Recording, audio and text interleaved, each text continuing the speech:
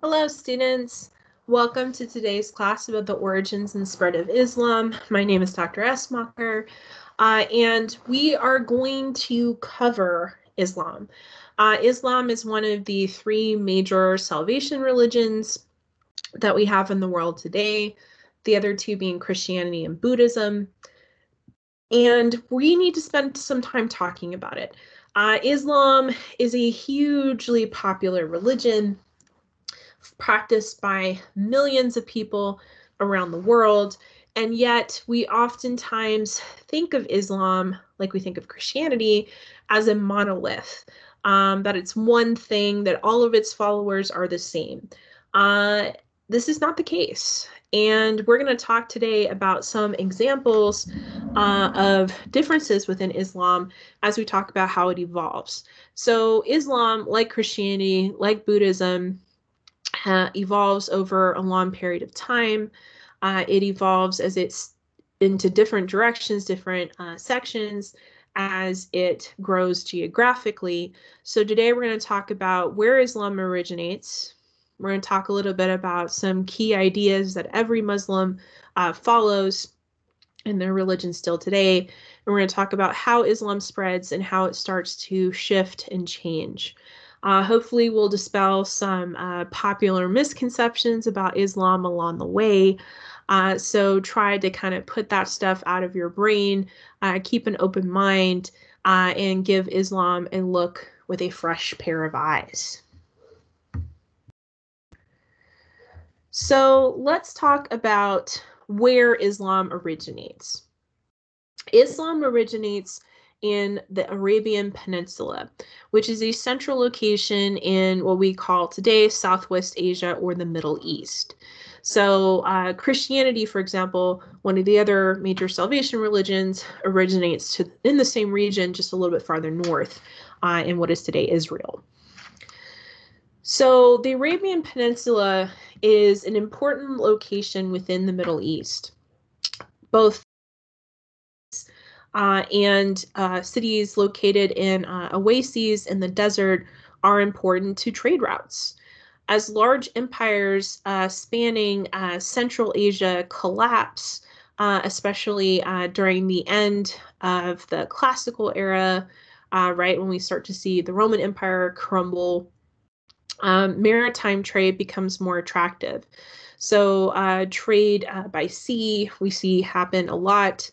Land-based trade on the Arabian Peninsula oftentimes connected with sea-based trade, both in the Indian Ocean basin, which is on our image here, just off screen to the right of the Arabian Sea, and the Arabian Sea itself.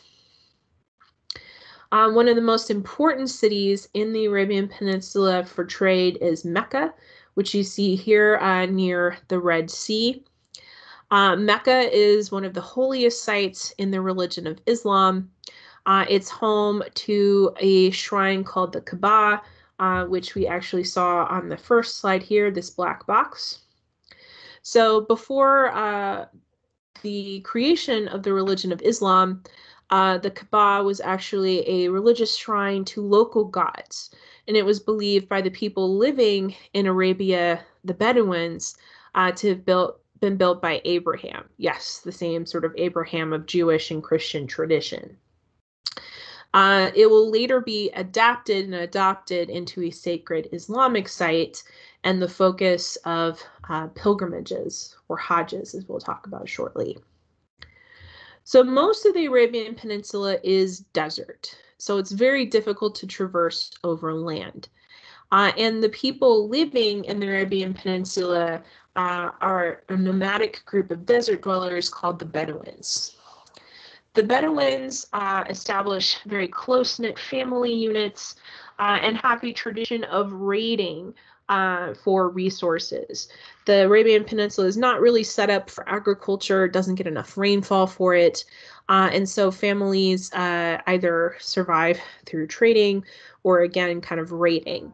Now, there are rules to this raiding. For example, you're not allowed to raid people that you are related to or you have kinship ties to, tribal ties to. So Bedouin culture already kind of had a very sort of strict rule set about how you interacted with others within your group, but also with outsiders. So that's important to remember. So the Islamic religion is founded by a man named Muhammad. So Muhammad had a little bit of a hard start in life. He was a Bedouin who became orphaned at a young age, and he was adopted into his uncle's family. And when he becomes a young man, he decides to settle in the city of Mecca, and he works as a merchant for a wealthy widow named Khadijah. Muhammad and Khadijah fall in love and get married in 595 CE. And with his marriage to Khadijah, Muhammad starts to gain more social status because she was kind of higher up in status and wealth than he was. Living in Mecca, continuing to work with Khadijah, Muhammad quickly gains a reputation as a mediator. Oftentimes, Muhammad was brought in as a neutral third party to negotiate truces, to stop raiding between different clans or tribes. And living in Mecca, Muhammad is exposed to a very cosmopolitan life. The Arabian Peninsula, because of its location, is kind of a crossroads of sea-based routes in the Indian Ocean and the Mediterranean, land-based routes across Central Asia into Africa.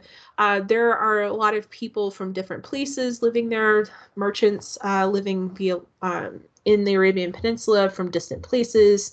There are lots of different religions being practiced by the people living in Mecca, like Judaism and Buddhism, Zoroastrianism, all these other religions. And so Muhammad was exposed to a lot of different cultures, religions, people through his not only living in Mecca, but his work as a merchant and a mediator for local conflicts.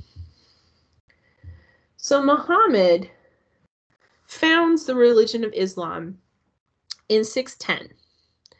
Now, it's important to note that Islam as a word simply means submission to God. Okay. A Muslim is a person who submits to God. Okay. So Muhammad, once he starts to hit about middle age, he's about 40 when this happens, starts to kind of question, like many of us do when we get to midlife, question his life, question existence. Why are things the way they are?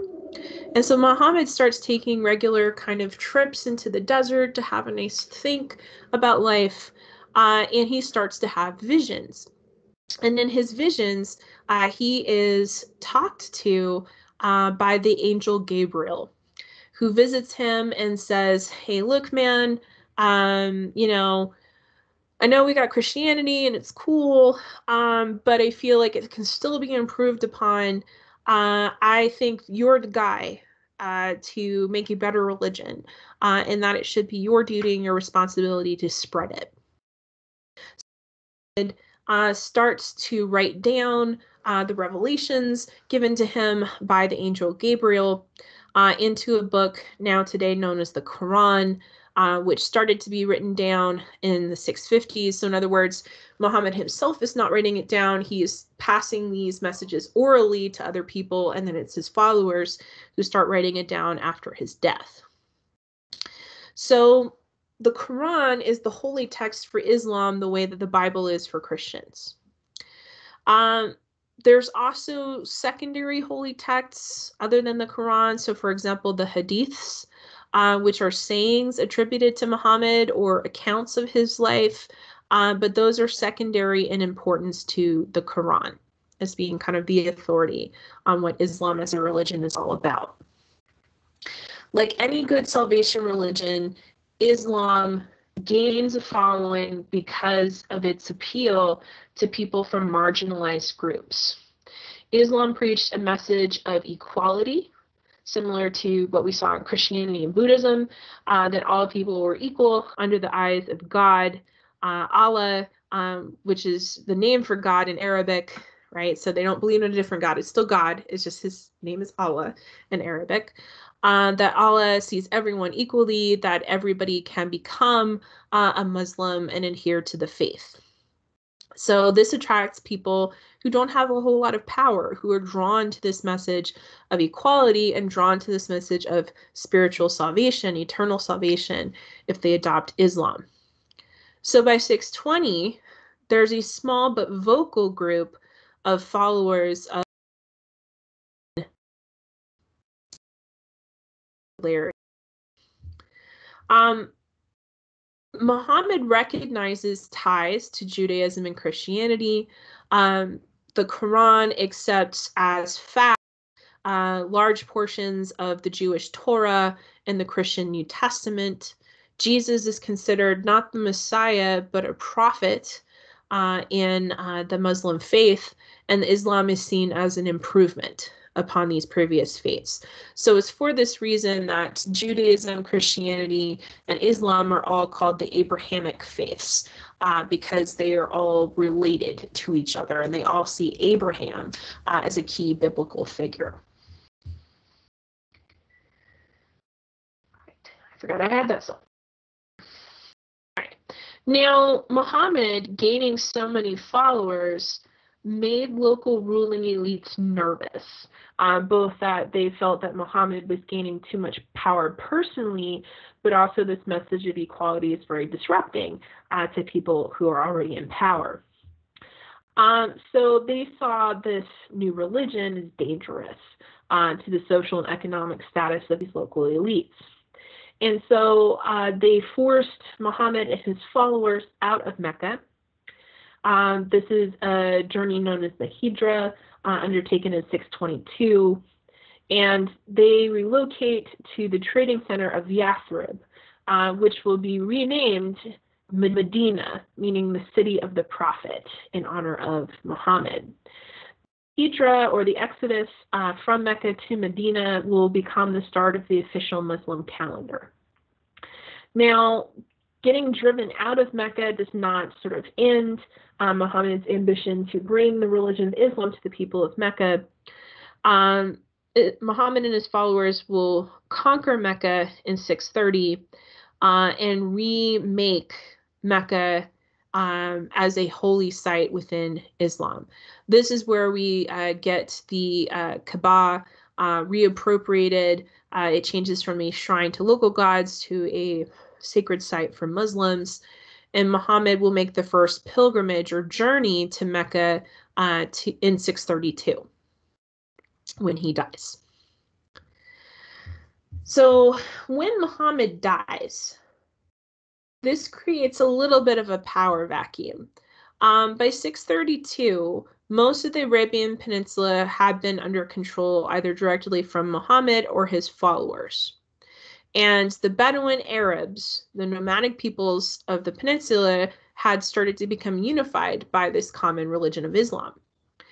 But who would succeed Muhammad and this religious and also political authority became the question.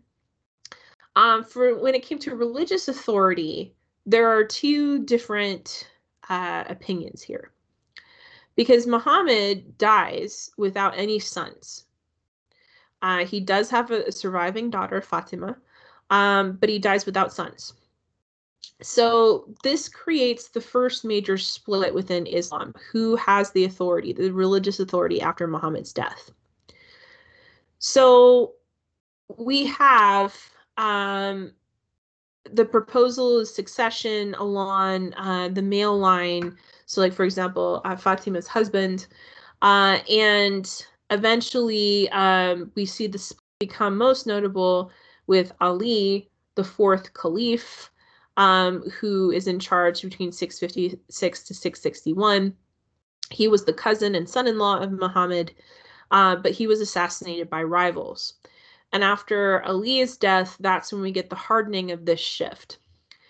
The Shia sect within Islam believes that the person who is the head religious authority in Islam has to be related to Muhammad by blood. So in this case, Ali was not, well, Ali was a cousin, so that would have made him okay. This represents the minority of Muslims worldwide. And part of the reason this is a minority is because, again, they have to be related to Muhammad. And Shia also recognize the descendants of Muhammad as infallible or incapable of making mistakes. The vast proportion of Muslims still today identify as Sunni. So Sunni Muslims believed that whoever should be chosen to be the head sort of religious authority figure should be chosen based on merit, that they did not have to be related to Muhammad. So still today, these are the two biggest groups within Islam. And again, the main difference between the two is who should have authority among the followers of Islam. Now, regardless of what particular sect or branch of Islam, there are 5 pillars or core tenets, beliefs of Islam, practices that all Muslims follow. Okay, these are followed by the Ummah, which is what we call community. So the 5 pillars are that you must acknowledge only one God with Muhammad as his prophet, that you should pray 5 times a day while facing in the direction of Mecca, that you are to fast during the holy month of Ramadan, so this is a fast during daylight, that you give a charitable donation to the poor, okay, so you support people who are less well off than you, and if it is physically and financially possible, you should make a Hajj or a pilgrimage to Mecca at some point in your life. Okay. So these are the basic beliefs in Islam. For me, growing up as a Christian in Houston, I was actually familiar with Ramadan because we do have a population of Muslims there, including one of my favorite basketball players as a kid on the Houston Rockets, Hakeem Olajuwon, always fasted during Ramadan, even when it coincided with basketball season. So he'd be playing through fasting. So these are still beliefs that are followed by Muslims today, regardless of where they live. So a little bit of a note here before we talk about the spread of Islam. One term associated with Islam that gets a negative press and a lot of misunderstandings is the term jihad. So jihad as a word means struggle. A lot of people see jihad and they determine it as holy war. Jihad as a word simply means struggle, and there's been a lot of debate over the almost 1,500 years that Islam has been in existence now over what exactly that struggle looks like and what it is. So for example, is it meant to be an internal struggle that every person has to live a good life and to struggle against the temptations of evil and vice? Is it the struggle to fight unbelief and to try to spread the word of Islam and convert more people to Islam? Is the struggle against hostile non-believers, and does it prompt you to take up arms to defend Islam? And so when people equate jihad with holy war, it's that part that they're associating with. They're saying, well, that jihad must be when you want to kill people who are not Muslim. But that is not the definition of jihad accepted by most Muslims. Most Muslims interpret jihad as your own sort of internal struggle with morality. We will be talking about Muslim conquest in the next couple of slides. It's important to also take on another popular myth, which is the idea of converting or dying. The fact that, or the idea that Islamic expansion basically gave people they conquered a choice that they could either become Muslim or die. That's not a valid description of early Islamic expansion, in part because, as we're going to see, most of the early Islamic conquerors want to preserve Islam as a faith that is exclusively Arab and as a means to promote social status, as we see with the Umayyads. And also a lot of early Islamic empires actually tax their non-Muslim subjects. So if you have everybody convert, then you're losing your tax base. The idea of converting or dying is actually way more descriptive of Christian expansion in the Middle Ages with Christian kings like Charlemagne in Europe, who definitely did give European pagans the choice to convert to Christianity or die, but that's a topic for another day. So Muslim religion coincides with political expansion by Muslims, in particular under or deputy. So the first caliph or deputy, the political head of Muslims, is Abu Bakr, who is a close friend of Muhammad. And the caliph, as a title, came to represent a head of state, a chief judge, a religious ruler, and a military commander all rolled into one. So a position of great authority within the Islamic world. So Islam as a religion spreads along with the political state headed by the caliph. By 733, so if you're keeping track at home, it's about just over 100 years after the founding of Islam, Muslims had conquered Southwest Asia, North Africa, Persia, Northwestern India, and Spain. So you can see on the image here, the original homeland at the time of the death of Prophet Muhammad is in the sort of dark red. The pink represents the additions by 661, or 3 decades after Muhammad's death. And then kind of the peach color here is the furthest extent of the caliphate by 750, or about 100, not quite 150 years after the death of Muhammad. There's some speculation by scholars that early expansion was tied to raiding, because once Bedouin Arabs converted to Islam, according to the principles of Islam, they were now part of a shared community or ummah of Muslim people, and therefore it was not acceptable to raid other Muslims. And so some scholars kind of posit that one of the things that drove the expansion of Islam outside of the Arabian Peninsula was this drive to continue raiding, this raiding tradition, because it was no longer acceptable to raid fellow Muslims. So with this expansion across what today is Southwest Asia, Northern Africa, parts of Western Europe, we see the establishment of the first caliphate. So here you can see another image here that recognizes how closely together the Islamic expansion butts up against the remnants of the Roman Empire. Remember, the eastern half of the Roman Empire survives after the collapse of the city of Rome as the Byzantine Empire. So you can see here there is a close boundary near what is today the modern nation state of Turkey between Christians and Muslims, between this caliphate and the Byzantine Empire. So the first Islamic caliphate we call the Umayyad dynasty, or the Umayyad Caliphate. So the Umayyad Caliphate lasts from 661 to 750. So in other words, this is the caliphate that's still expanding geographically. So that map where we saw the farthest extent, that farthest extent happens up until 750.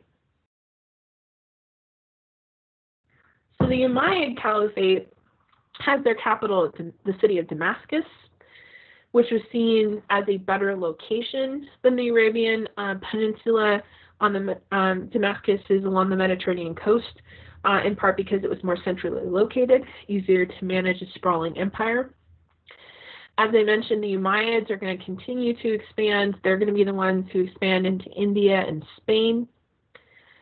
They do maintain control through a centralized government, which did make some local governments mad, especially those that were used to a more sort of informal, not as tight control by the Achaemenid Empire or the Roman Empire.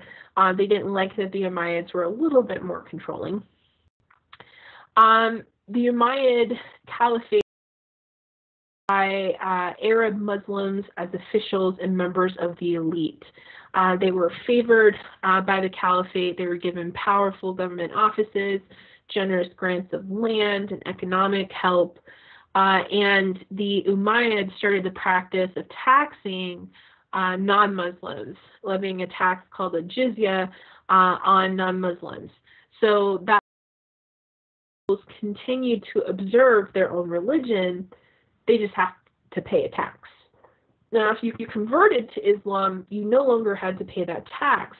But what happened was, because the Umayyads still really privileged Arab Muslims over non-Arab Muslims, you couldn't convert as a way to get more political power. Like, that didn't happen. The decline of the Umayyads comes as the religion of Islam spreads. The Umayyads are seen as kind of decadent and out of touch by the time you get towards 750, and they're resented by conquered peoples who, again, even if they convert, can't seem to kind of crack into government positions or economic success.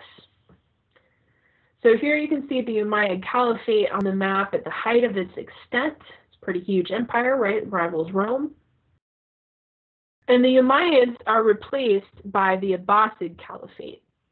So the Abbasid Caliphate originates with Abu al-Abbas, who was a Sunni Arab and a descendant of Muhammad's uncle. So even though he's Sunni, he is related to Muhammad through blood. Abu al-Abbas overthrows the Umayyad Caliphate, centralized in Persia. He kills all of the Umayyad clan, so there's nobody left to contest his takeover. And he moves the capital of the empire to Baghdad in what is today Iraq. And from the get-go, the Abbasid Caliphate is going to be far more accepting of all Muslims, regardless of whether they're Arab or not. And in particular, the Abbasid Caliphate will use Muslims of all backgrounds in government positions. The Abbasids also adopt a lot of governmental policies from earlier Persian empires like the Achaemenids. So they embrace a version of the satrap model, right, that the Persians invented, where you have regions that are overseen by regional governors who report to the central authority in the capital. The Abbasids also maintain road post service that had been established again by much earlier Persian dynasties, and they start to establish madrasas or schools to educate and train future bureaucrats. And these madrasas start to pop up between the 10th and the 12th centuries CE. There's not much expansion going on during the Abbasid Caliphate, in part because of expansion by other empires. At the Battle of Talas River near what is today Samarkand, and I believe it's Uzbekistan, the Abbasids encountered the Chinese Tang Dynasty and fought a battle there that kind of drew a boundary line between sort of the Islamic-controlled world and the Chinese-controlled world. This incursion into Central Asia does start to spread Islam to Turkic peoples living in Central Asia, which will ultimately bring the downfall of the Abbasid Caliphate. There start to be debates around who should succeed the Abbasid Caliph position starting in the 9th century CE, so pretty early. We start to see rebellions in different regions of the empire. And then the Seljuk Turks, so one of those Turkic peoples who had converted to Islam, swoop in around the mid-11th century and became the power behind the Abbasid throne. So basically the caliph becomes kind of a puppet, with the Seljuk Turks really holding the power and control. In the end, the Abbasid Caliphate will be toppled not by the Turks, but by the Mongols, led by Genghis Khan. So here you can see the Abbasid Empire at its greatest extent. Notice that they do not have control what is today Spain and Morocco. Those regions remain under Muslim control, but they're kind of like a fringe leftover of the Umayyad Caliphate. So they remain a separate political entity. So as far as social classes go within the Islamic world, there are three main social groups. Arab Muslims, for the social hierarchy, we saw them being favored during the Umayyad Caliphate. Converts to Muslims occupy this middle ground, and again, we kind of see more opportunity and importance for them in the Abbasid Caliphate. And then non-Muslim subjects at the bottom. Now, certain religious groups got protected status, or dhimmi, and those groups included Christians, Jews, and Zoroastrians. Christians and Jews because of their link in the religious texts between their traditions and Islam. Zoroastrianism becomes protected as a main religion of the Persians, who had a great deal of cultural influence in the Abbasid Caliphate. But Zoroastrianism, which is actually older than Christianity and around the same age, if not slightly older than Judaism, Zoroastrianism and this concept of versus evil has a lot of influence on Christianity, Judaism, and Islam. So all of these people had protected status. They were not to be bothered. They might have to pay a tax because they weren't Muslim, but they were left alone to practice their faith. Now, what is the role of women in Islam? Because we do have a lot of misconceptions today about the role of women in Islam. So even before Islam, women in Bedouin Arab society had a lot of relative freedom compared to women in other areas of the Middle East. Arab women could inherit property, they could divorce their husbands, and they could run and manage businesses. Please see Muhammad's wife Khadijah, right? Who was a wealthy merchant in her own right before she hired Muhammad to work for her. In the Quran, men and women are defined as equals. And the Quran actually specifies things like, for example, outlawing female infanticide or killing female infants, stipulating that dowries or payments that were usually given by the bride's family in the event of marriage belong to the bride and not the groom. So like, for example, if the marriage were to end in divorce, that the women got to keep that, that it was not property of her husband. Islam also promotes marriage for all people, believing that marriage is a way of not only social stability, but also personal fulfillment, that sex is good. However, it's not entirely equal because men were allowed to have up to 4 wives in Islam, but women were only allowed 1 husband. So even though women in the Quran are seen as equal, and we see this in other religious texts too, like Buddhism and Christianity, they're talking about the genders as being equal. But then when it comes to the social context of the religion, the societies the religion spread into, this is where we get a patriarchal and patrilineal interpretation. So the equality that's laid out in the religious texts of these salvation religions gets warped when it encounters cultures that are already heavily male-controlled. So this, for example, focus on genealogical purity meant that fathers and husbands had to restrict the sexual and social lives of women to ensure that the kids these women were having were theirs, if that makes sense, right? So this value on like bloodlines meant that you had to control women, because so long as you were looking at family history and defining it as the male line, which is typically what we do today, before the age of DNA testing, you could never really be sure who the dad was unless you tightly controlled women and their sexuality.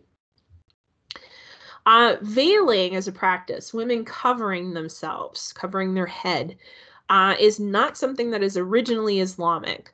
In fact, veiling predates Islam and was very popular in both Persia and Mesopotamia, as well as the Byzantine Empire, which is Christian, as a way to set aside social status of upper class women. So veiling was seen as a class symbol, not a religious symbol for these women, but it becomes adopted by incoming Muslims, especially, as I mentioned, because of the importance of Persian culture. And so the morphing of women's place within Islam is more reflective of the long-standing cultural values of the places where Islam spread than Islam itself. And we can see similar arguments about gender and patriarchy when we look at Christianity too. Again, early Christianity, very much evidence of equality between men and women, very important early martyrs like Perpetua in the Roman were women. But as it spreads into areas where patriarchal culture is stronger, that's when we start to see practices of Christians become more patriarchal as well.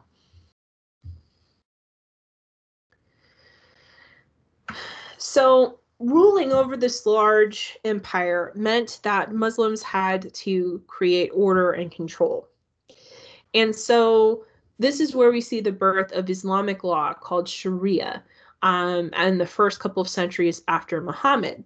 And this was done to create a legal system for this new Muslim caliphate. So this legal system was based on the Quran and interpreted by various legal scholars. Once the law code was set out and again kind of interpreted the way that our justices today interpret constitutional law, right? Like our interpretations are constantly shifting.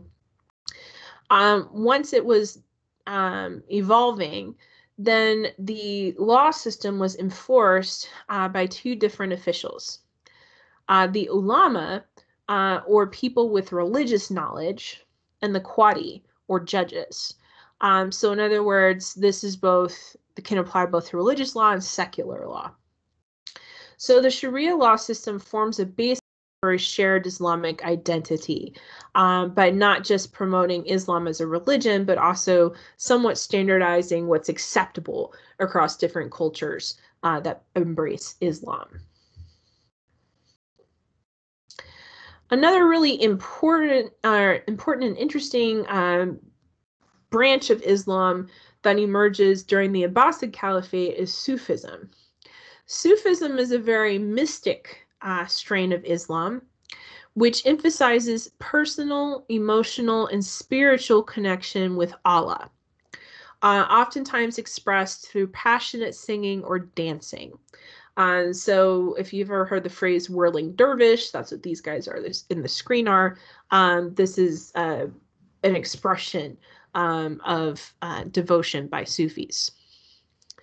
Sufism, oftentimes followers of Sufism embrace an ascetic lifestyle or giving up worldly possession or excesses for themselves and focusing instead on serving others. And for this reason, because they emphasized a more sort of version of religion, a more personal version of religion, because they were devoted to serving others, Sufis become very effective missionaries to spread the religion of Islam, because they emphasize your personal devotion to Allah over a strict adherence to religious doctrine. So in this case, the Sufis would probably, within the Christian tradition, most closely resemble the Catholic Jesuit order. The Jesuits similarly emphasized a personal connection to God that became adaptable regardless of what the individual local culture looked like.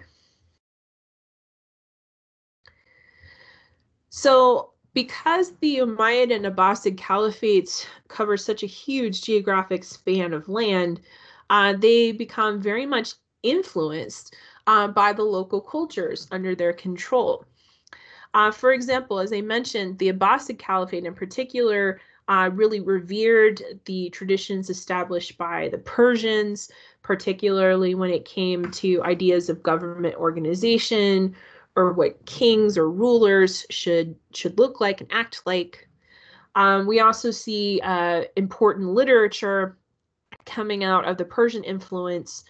For example, the Arabian Nights, which is a collection of stories one of which, The Tale of Aladdin, right, you are probably familiar with, is actually set during the Abbasid Caliphate. Connections with India will also be really important for scientific knowledge in the Islamic world. In mathematics, the Hindi numerical system will become adapted and become what today we know as Arabic numerals, or in other words, the numbers that we still use today, right, come from this cultural connection between the Islamic world and India. We also see great advances in astronomy and in medicine, particularly the area of antidotes for poison coming out of India. When it comes to ancient Greece's impact on the Islamic empire, we see this in a lot of different areas. In philosophy, Ibn Rushd, who was based in Sevilla, Spain, continued Aristotle's quest for a purely rational understanding of the world, and he saw logic and reason as perfectly compatible with religion. And he's going to be really important in a developing formal university system in Europe. His writings will be studied by Latin scholars during the medieval period, although his name will get changed to more fancy Latin one, Averroes, rather than Ibn Rushd. And in many cases, the Islamic empires actually contribute to our understanding of ancient Greece and Rome because they preserved these writings by translating them into Arabic and then reintroducing them to Europe, where they have been lost. These sources have been lost in their original Greek and Latin, and so they're retranslated from Arabic back into Latin. We also see advances of math, science, and medicine coming out of Islamic encounters with Greek sources. Particularly in the Islamic empires, we see them fuse knowledge acquired from Greece from knowledge acquired from India for a more sort of full understanding of medicine. And the two most important intellectual centers in the Islamic world during the Caliphate time period were Baghdad in what is today Iraq and Cordoba in what is today Spain. The House of Wisdom in Baghdad housed an important library. It hosted scholars from all over the Islamic world, whether they were Muslim or not. And the House of Wisdom also started producing books. Through their contact with the Chinese, early on in the Abbasid Caliphate, in 751, in fact, so their first year in existence, we start seeing Muslims acquiring printing technology from the Chinese and using it to reprint books, whether it's gathering scientific knowledge or religious texts like hadiths. We see the spread of knowledge throughout the Islamic world because of this technology that they imported from China. So the Islamic world during the Caliphate time period, for the first almost 600 years of the existence of Islam, is an incredibly rich, diverse, cosmopolitan world where the Muslims living in these caliphates under control function as intermediaries between different cultures living within their boundaries, even on the edges of the boundaries of their caliphate. And converting to Islam in these areas was an option for people. And for many of them, it gave them a sense of greater shared identity outside of their region or their culture. And we especially see that when we start looking a little bit later in the semester on movements of people like Ibn Battuta, who traveled around the Islamic world a few centuries later in the 1300s, and occupying himself in his travels by working as a qadi or a judge. So we're going to see later examples this semester of Islamic figures interacting with folks from all over the globe when we look at Ibn Battuta and Mansa Musa in subsequent weeks, but we're going to stop here for now. Until next time, I'm Dr. Esmacher.